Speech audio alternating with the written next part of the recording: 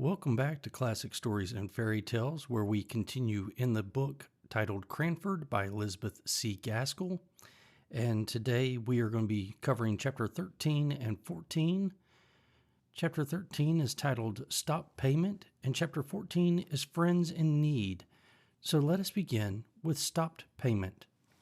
The very Tuesday morning on which Mr. Johnson was going to show the fashions, the postwoman brought 2 letters to the house. I say the postwoman, but I should say the postman's wife.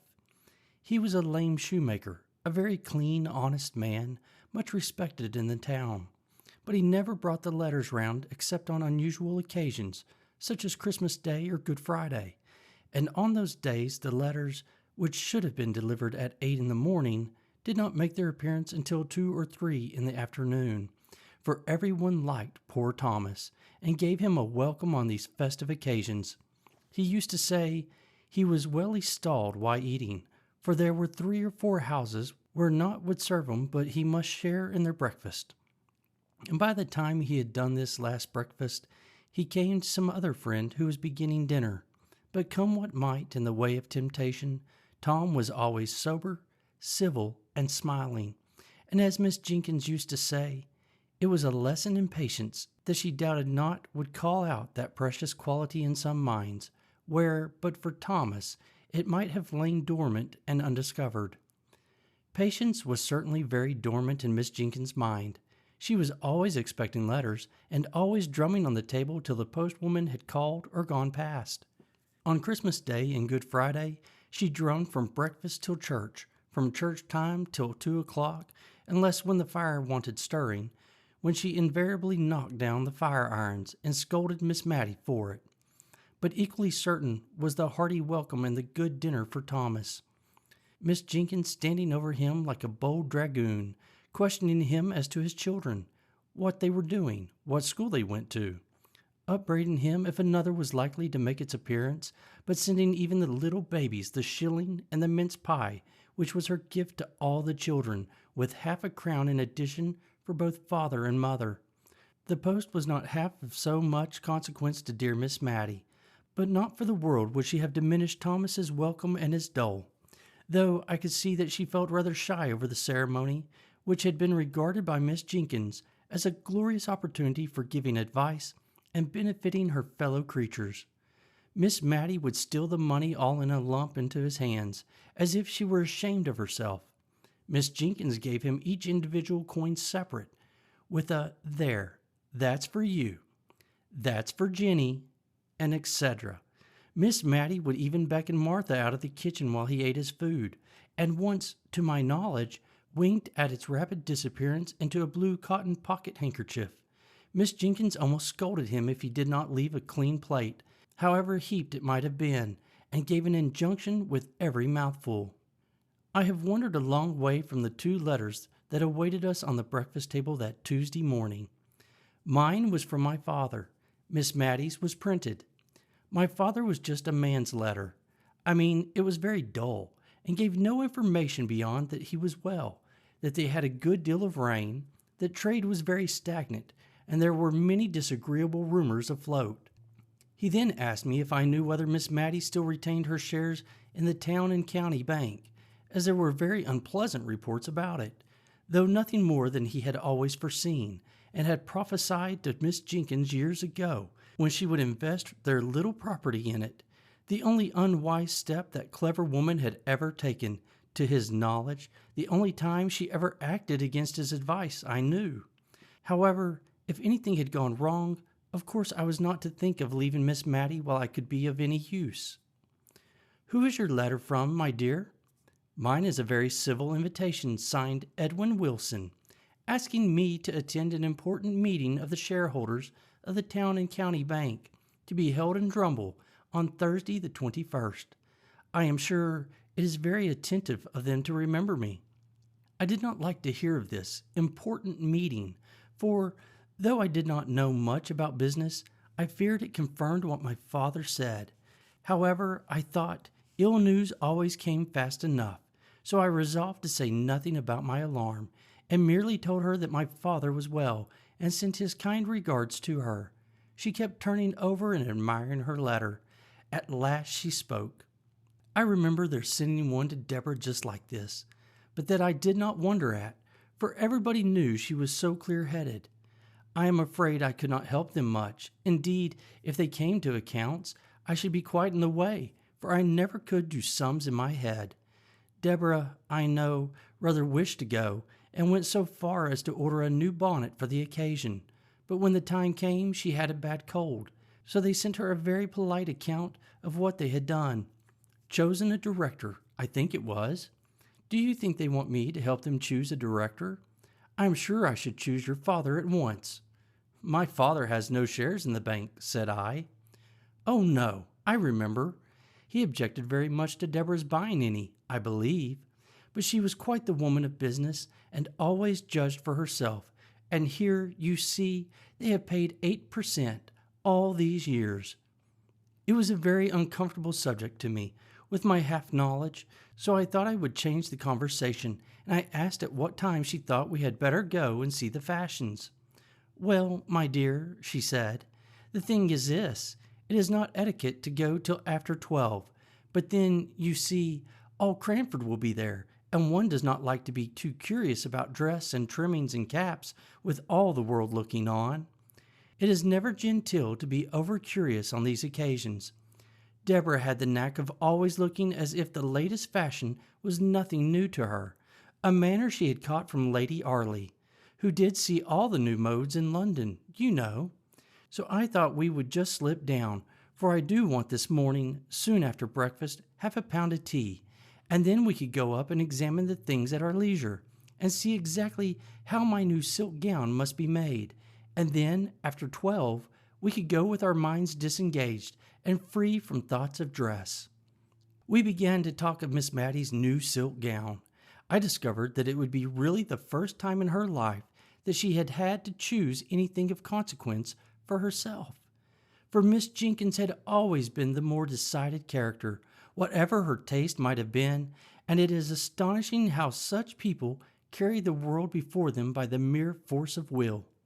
Miss Matty anticipated the sight of the glossy folds with as much delight as if the 5 sovereigns, set apart for the purchase, could buy all the silks in the shop.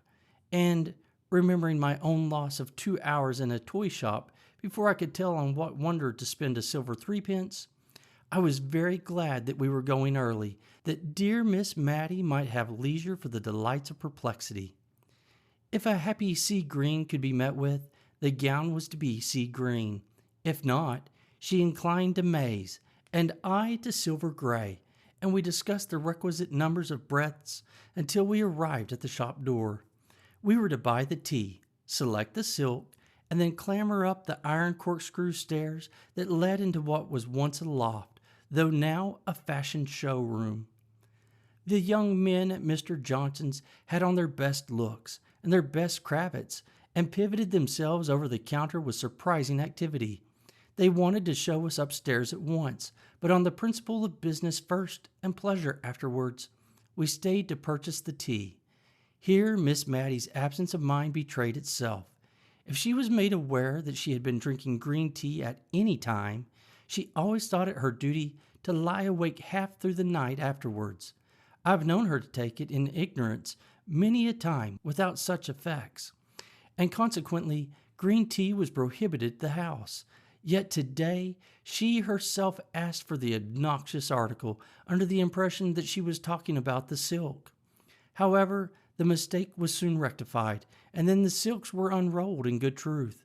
By this time the shop was pretty well filled, for it was Cranford market day, and many of the farmers and country people from the neighborhood round came in, sleeking down their hair and glancing shyly about from under their eyelids, as anxious to take back some notion of the unusual gaiety to the mistress or the lasses at home, and yet feeling that they were out of place among the smart shopmen in gay shawls and summer prints.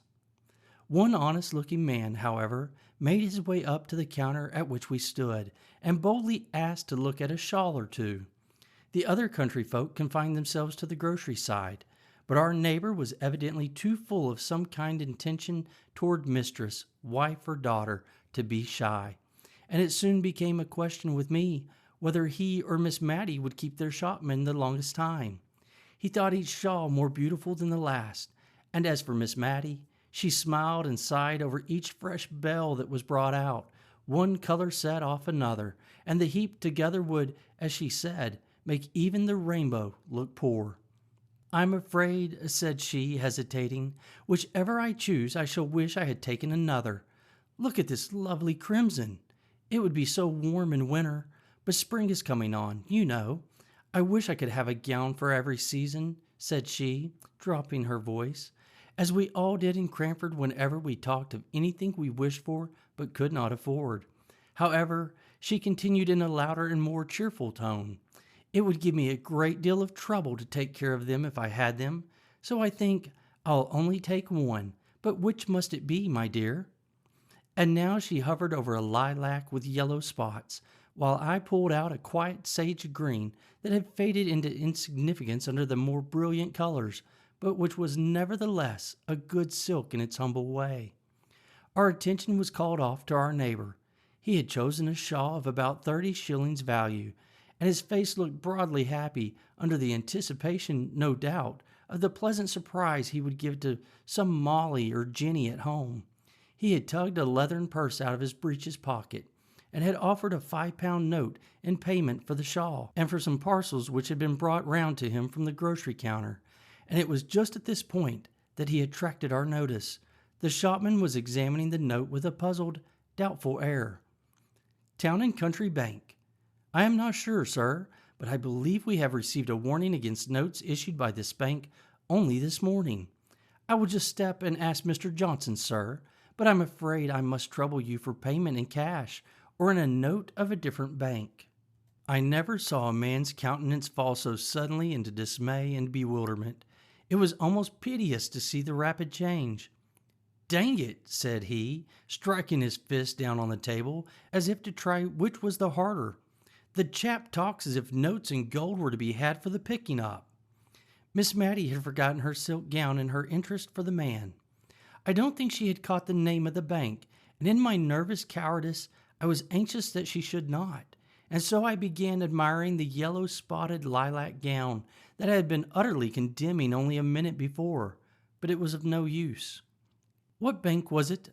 I mean, what bank did your note belong to?" "Town and County Bank."